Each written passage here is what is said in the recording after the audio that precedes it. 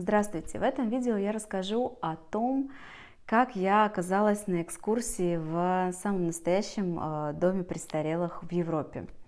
Испания, остров Майорка, дом для пожилых людей. Здесь это принято называть словом пансионат. Будем называть пансионатом. Звучит это более приятно. Так уж сложилось, что мне нужно было сходить туда, посмотреть, как там все устроено. Это было прям сегодня, я настолько переполнена эмоциями, что мне хочется скорее этим поделиться, потому что, это правда, это что-то впечатляющее.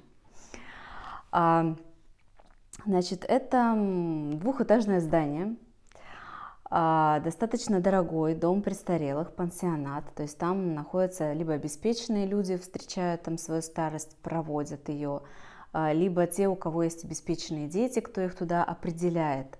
То есть там люди все очень интересные.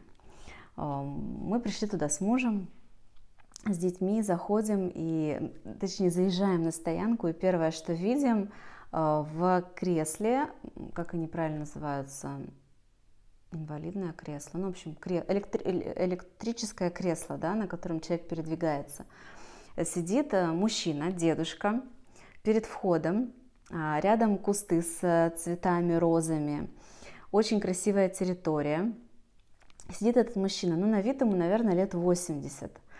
Вот. Мы заходим, он очень красиво одет, в голубой рубашке, в шляпе, то есть это прям, как в фильмах показывают, да, фантастика. Заходим, у нас там была экскурсия, длилась она около часа, мы там провели, и когда мы уже собирались выходить, этот мужчина заезжал. И надо сказать, что весь этот час он медленно заезжал с места парковки внутрь, да, в здание. Он доехал до дверей, которые на движение открываются.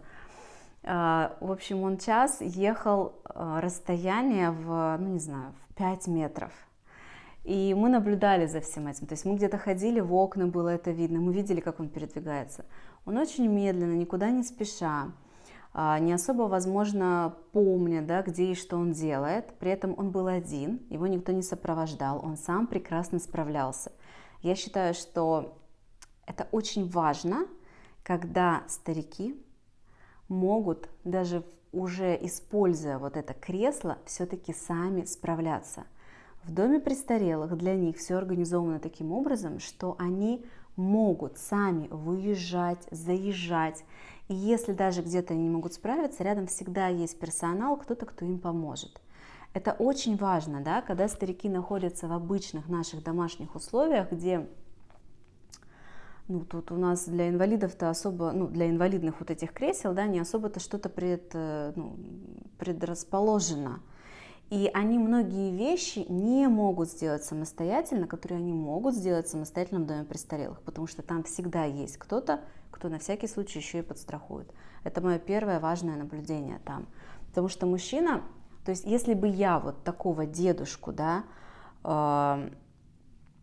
увидела не в рамках дома престарелых, а где-то в обычной квартире или в обычном доме, и за ним присматривали бы члены семьи, его бы не выпускали одного куда-то, потому что он не смог бы, например, заехать там, где есть порожки, понимаете, то есть он был бы привязан к людям, которые будут его выгуливать, а здесь он может сделать это сам. Еще раз немножко опишу, да, то есть это человек, который час двигался 5 метров. И делал это он не потому, что ему физически сложно, а потому что он уже не совсем в трезвом уме и сознании, да, то есть у него все очень замедленно. Он, может быть, даже, как мне со стороны показалось, не совсем-то помнит уже, куда он идет, чего. Я была с детьми, дети мои маленькие, и мы разговаривали, говорю: мама, он как улитка, посмотри, он весь такой замедленный, да. При этом я это говорю сейчас с улыбкой счастья на лице, потому что мне, правда, было очень приятно видеть, что этот человек даже в таком уже очень стареньком состоянии все-таки делает эти вещи сам. Я считаю, что это круто. Он доехал до электронных вот этих дверей. Они раскрылись на него, а заезжает-то он крайне медленно. Он какой-то вот такой, знаете, как заторможенный, да, человек. И он вот так вот двигается, двери открыты. Кто-то из сотрудников рядом его увидел, все же там знают друг друга, то есть его там по имени знают, все, это очень такое маленькое комьюнити, да. О, там, ну, допустим, Генри его звали, о, Генри там в дверях остался. Подошли, провезли его быстренько, зная уже, куда он, видимо, хочет, в такой аналог кафе, там как библиотека с книжками, кафе, там сидят люди, можно сделать себе напиток. И вот провезли его, и они, проезжая мимо меня, я прям слышу, как он говорит «gracias» ему, человеку, который его везет, на испанском «спасибо», и говорит он его тоже так замедленно, он говорит так «gracias», да. Блин, я просто переполнена реально эмоциями, потому что мне кажется, это очень круто. Дальше. Хочу рассказать о том, какие они бывают. Я раньше этого не знала, да, но вот сейчас на этой такой мини-экскурсии мне объяснили, что бывают дома престарелых, куда берут людей, которые только могут все сами. То есть, если человек уже с памперсом не может сам в туалет, то ему нужен медицинский уход, так считается. Ну, ему нужна медсестра, которая будет ему это менять, будет организовывать ему помощь. А людей с деменцией, естественно, тоже не берут, да. То есть те, которые просто как апартаменты, квартира, как жить в хорошей гостинице, где тебе дают еду, ее приносят, убирают за тобой, какой-то минимальный уход оказывают. И есть уже другая категория домов престарелых, где полный медицинский уход, где есть медсестра, где берут лежачих людей, которые с памперсами, людей, которым нужна помощь с душем, и там есть еще и медперсонал, врачи. И когда у них, например, случаются какие-то кризисы при болезни Альцгеймера или при деменции, да, эти кризисы врачи там гасят, то есть они имеют с этим дело. Врачи наблюдают этого пациента, так уже скажем, да, ну пациент получается, и прописывают ему терапию. Если у этого пожилого человека депрессия, ему прописывают антидепрессанты. Если у него, ну там нам такой привели пример, это, видимо, часто бывает у стареньких людей, какая-нибудь инфекция мочевого канала, да, то это все происходит, лечение, наблюдение, анализы в рамках этого дома престарелых. То есть это, получается, есть просто дом престарелых, где можно жить и там, не убирать свою комнату, не готовить себе еду, получать какой-то минимальный уход. И есть дом престарелых плюс полный аналог медицинского учреждения. Плюс у таких домов престарелых как бы уже такие контракты, договоренности с больницами. Если человек прям там заболевает и нужно какое-то серьезное вмешательство, уже операция экстренная или кризис этой же деменции какой-то очень яркий, буйный, да, то его туда сами отвозят, наблюдают там, то есть скооперировавшись с лечащим врачом. Есть человек, который наблюдает при доме престарелых. Все там, обмен информацией происходит, все без участия семьи.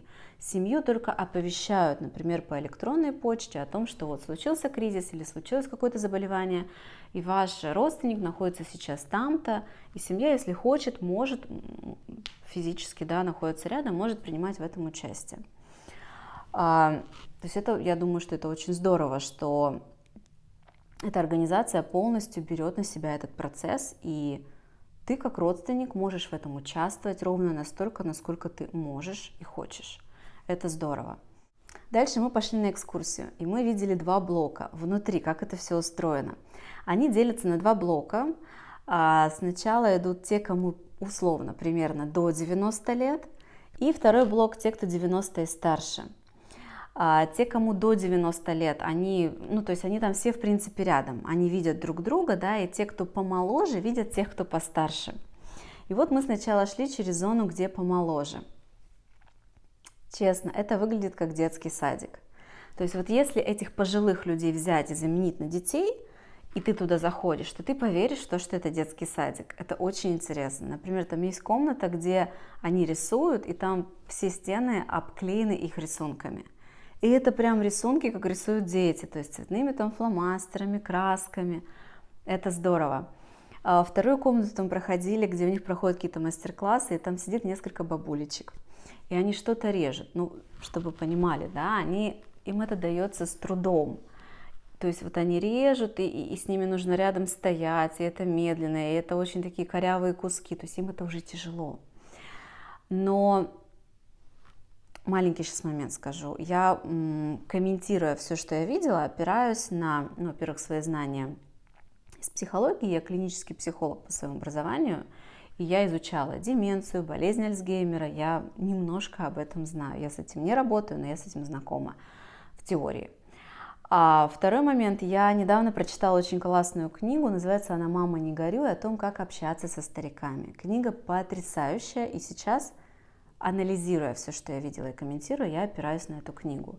Ну и третье, у меня уже немножко есть, к счастью или к сожалению, жизненный опыт, что такое родственник с деменцией. Так вот, когда пожилой человек уже не может резать фрукты, но он их режет, это очень-очень здорово. Объясню почему. В обычных домашних условиях, когда члены семьи присматривают, обычно у нас нет времени заниматься с ними какими-то развлекаловками, развлекать их. В доме престарелых для этого есть специальные люди. А для старика очень важно, знаете, что самое важное для них? Впечатление, эмоции, события. Им этого в старости очень сильно не хватает. И вот просто просидеть там полчаса, например, мастер-класс, прорезать своими руками фрукты, мы спросили, зачем они это делают, чтобы дальше с них потом им компот сварят. Это то, что наполняет их жизнь событиями, плюс помогает им все-таки делать что-то руками. Да, но это все очень медленно, и то есть дома никто им не будет давать эти резать фрукты как способ их развития и развлечения. Дома просто кто-то, кто режет их быстро порежет их на компот, сварит компот и все дела, в принципе, да. И это здорово, что там происходят у них эти мастер-классы. Следующий момент интересный. Хлопок для видео, которое пишу параллельно. Так. Что я хотела еще рассказать? У меня здесь есть заметки. Что это как детский сад. А во втором блоке находятся те, кому 90+. Мы туда прошли дальше. И честно, это, я не знаю, я столько эмоций испытала, как, наверное, от какого-то фильма, знаете, когда смотришь какой-нибудь экшен, там звуки, ты весь в мурашках, и потом еще несколько дней его помнишь. В тот момент, когда мы там проходили, какая-то часть этих людей, кто там находится, живут, они были тоже в этих инвалидных креслах. Их вывезли как бы на прогулку в какой-то общий зал. Каждый там человек живет либо в отдельной комнате, либо он живет с кем-то вдвоем, но тогда другая цена. Про цену расскажу в конце. Их вывезли. И это был микс чувств радости, что в таком плохом уже внешнем виде, скажем честно, человек все-таки получает такой высококачественный уход. Его возят, его развлекают, что-то с ним происходит хорошее. И в то же время такой ужас от того, что, понимаете, когда мы видим человека 90+, такого уже совсем старенького, но он один где-то, то это одна история. А когда их много в креслах, чуть ли не в ряд или там в кружок как-то, да, это прям вау. Мы с мужем стояли, вот так смотрели друг на друга, честно, эмоции, как будто ты находишься уже в морге, но только в этом морге они живые. Потому что тела, тела уже совсем там в разном состоянии. В общем, это просто не передать словами. Кто-то из них просто вот так вот уже лежит, да, там язык высунулся, да, то есть человек уже, совсем не функционирует.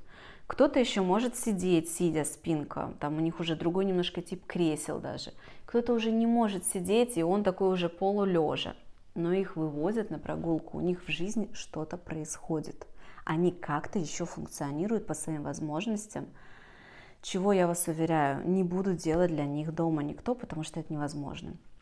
Там медперсонал, они пришли, а у них есть четкие инструкции, что делать, и они получают за это зарплату.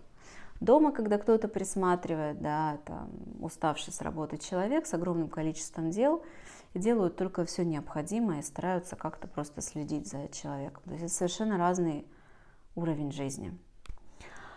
Вот, но мы с мужем стояли, и я вам говорю, это, с одной стороны, дикая радость, что такое возможно, потому что это очень круто.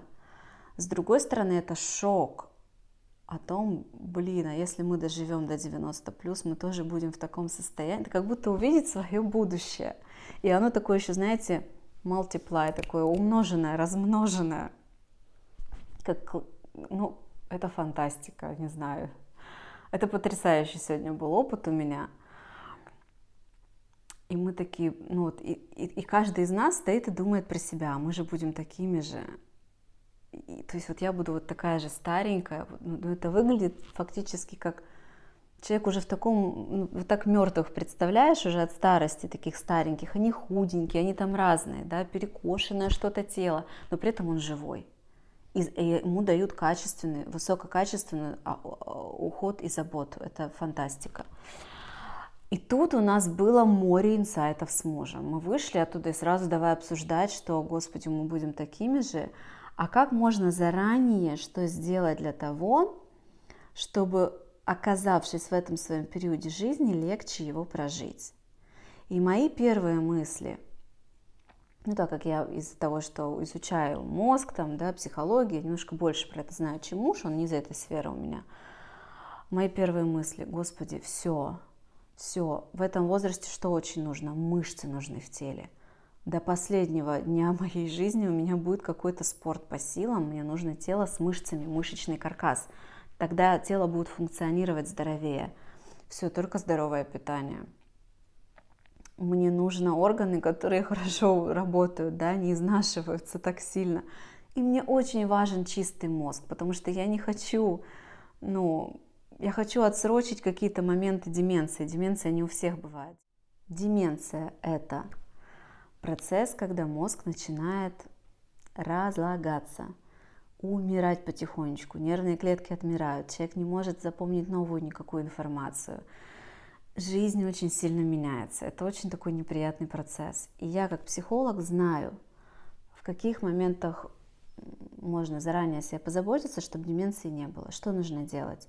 Чистить мозг заранее от негативных установок, от травмированности, все детские свои травмы убирать, потому что в старости, контактируя с триггером травмы, травма будет активироваться, и деменция может наступить очень быстро.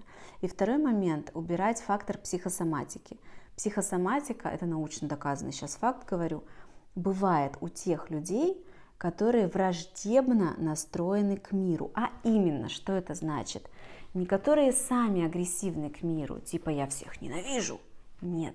Которые считают, что мир враждебно настроен к ним. Это такие негативные установки, как «никому нельзя доверять», «все, что услышал, дели на два, потому что все обманывают», «мне все на самом деле хотят сделать какую-то гадость, я знаю». Да? Вот это вот чувство, что мир враждебный по отношению к тебе, вот эти негативные установки, они являются одной, самой важной, наверное, причиной, почему у людей бывает психосоматика. Поэтому, чтобы в старости быть максимально функциональным, активным, живым и вообще таким живчиком, нужно заранее заботиться о своем мозге, потому что именно от мозга зависит, как пройдет ваша старость. И вот я сегодня, посмотрев на этих людей в большом количестве 90+, подумала, Господи, спасибо, что я прохожу уже психотерапию длительное время и буду проходить ее дальше, потому что это хоть как-то гарантирует мне счастливую старость. Какая же я молодец. Сейчас я подсмотрю в свой листик, чтобы ничего не пропустить. Так. Слезы. У меня там наворачивались слезы на глазах. Это были слезы счастья. Скажу вам честно, я здесь в Европе 3,5 уже года, и дети мои ходят в школу, да, и когда я оказываюсь в вот этих европейских школах, где еще и с испанским вот этой атмосферой, где все такие радостные, можно выражать свои чувства, где твои чувства учитывают, да, другая немножко атмосфера, менталитет другой.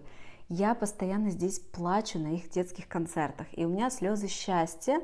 Я вспоминаю свою школу, как мне в школе было неприятно, некомфортно, вообще ненавидела школу, и до сих пор я ненавижу русские школы.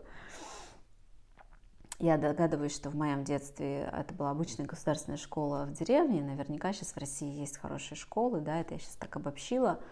Это мое такое место моей детской травмы. Вот. Но когда я оказываюсь в этих европейских школах, куда ходят мои дети, у нас тут был опыт 2 школ, я постоянно на концертах плачу, это слезы счастья. О боже, так бывает, как это круто, меня это очень трогает, для меня это гиперсентиментально. И сегодня в доме престарелых у меня тоже слезы были на глазах от счастья, что, о господи, неужели старость может быть такой классной и крутой? Это фантастика, правда. Если у вас есть какой-то пожилой человек рядом, пожалуйста, прочитайте книжку «Мама, не горюй». У вас просто изменится взгляд на все, что с ними происходит. Вы поймете тогда вот этот кайф и драйв и радость, что я сейчас испытываю, увидев, как они там живут. Эту книжку написал человек, который работает в доме престарелых в Израиле уже 15 или 20 лет, и он там проводит с стариками мастер-классы резьбы по дереву. То есть человек пишет эту книгу уже более 15 лет, занимаясь с ними. И он очень хорошо ответил на все простые вопросы. Почему они раздражают, почему они такие капризные, почему они такие вредные, как с ними разговаривать, как с ними договориться, если они что-то не хотят. Книга гениальная, правда. Поэтому у меня были слезы счастья, потому что я понимала, что то, что с ними там делают, это реально то, что им нужно. Да, им нужны эти мастер-классы, даже если они бубнят и не хотят на них ходить. Да, им нужна медицина, если они даже не хотят принимать, потому что с чем я столкнулась, знаю, что такое бывает, что начинается депрессия у пожилого человека. На самом деле у огромного количества пожилых людей происходит депрессия, которую, например, в России не диагностируют. Им не дают препараты. И они живут крайне серую жизнь. Вообще-то в депрессии жить жизнь очень сложно. И вытаскивать из клинической депрессии реально нужно антидепрессантами. Но человек с деменцией, например, начальной стадии, в депрессии, в пожилой, может быть, с недоверием к медицине, может что делать? Говорить: я не хочу никакие препараты, не давайте их мне. Там их будут давать, да, насильно. И есть истории, когда люди потом действительно начинают чувствовать себя счастливо и живут счастливую жизнь. И последнее, что хочу сказать про цену. Тот дом престарелых, в котором были сегодня мы, он стоил, значит, там идет градация. Если человек сам за собой ухаживает, это одна цена, и есть цена максимальная, тот, который вообще ничего не может сам. Например, если человек делает сам все, но только помыться сам не может, там к минимальной цене идет маленькая надбавочка. Памперс одел, еще надбавочка. И последняя цена — это когда он вообще лежит, полностью, да, уже без самообслуживания малейшего. И вот в этой последней точке цена 3300 евро в месяц. Это если он лежит один живет один в своей комнате в палате. Если он с кем-то, их 2, то минус 500 евро. Туда входит еда, туда не входят медикаменты. Что еще важно сказать? Весь уход остальной туда входит. 4-разовое питание, осмотры врачей, все это входит. Вот. Я надеюсь, что я все рассказала. Если есть какие-то вопросы, задавайте их, пожалуйста, в комментариях. И мне очень хочется, чтобы это видео расширило взгляд людей, которые считают, что дом престарелых — это всегда какой-то ад. Нет, они правда бывают разными. Да, хорошие дома престарелых стоят дорого. Но мне кажется, это круто позаботиться о себе и заранее с молоду, начать себе создавать капитал на старость, чтобы иметь возможность в старости обеспечить себе такой хороший пансионат. И также, если вы правда любите своих родителей, и даже если они у вас вредненькие, бубнят, что не хотят, посмотрите на эту проблему шире немножко, присмотритесь, поверьте, бывает по-разному. Попробуйте сходить посмотреть тоже, как на экскурсию, как потенциальный клиент. Правда, бывают классные дома престарелых. Я сегодня такое увидела, и я испытала огромное количество эмоций. Ставьте лайк, если вам понравилось это видео, подписывайтесь на канал, и до встречи в следующих видео. Пока-пока.